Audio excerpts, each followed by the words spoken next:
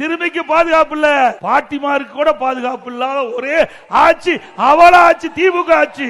தமிழகத்தில் கஞ்சா புழக்கம் தலை விரித்தாடுது நண்பர்களே. எங்கு பார்த்தாலும் கஞ்சா குடியர்களாகவே தெரியுறாங்க.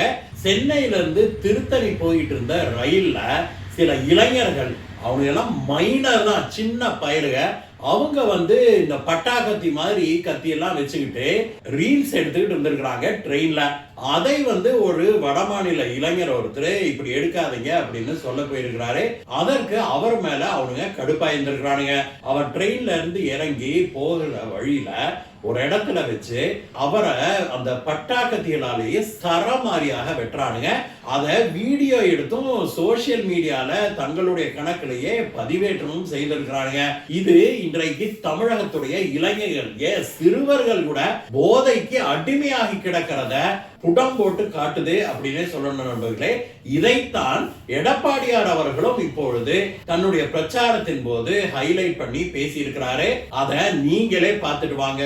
இன்றைக்கு கூட பத்திரிகையில பார்த்திருப்பீங்க, சென்னையிலிருந்து திருத்தணிக்கு வருகின்ற ரயில்ல ஒரு வட மாநிலத்தை சேர்ந்த ஒரு இளைஞர் அந்த ரயில் வரார். அந்த ரயில் வருகின்ற பொழுது ரீல்ஸ் எடுத்துக்கொண்டு 4 சிறுவர்கள் துன்பப்படுத்துறாங்க.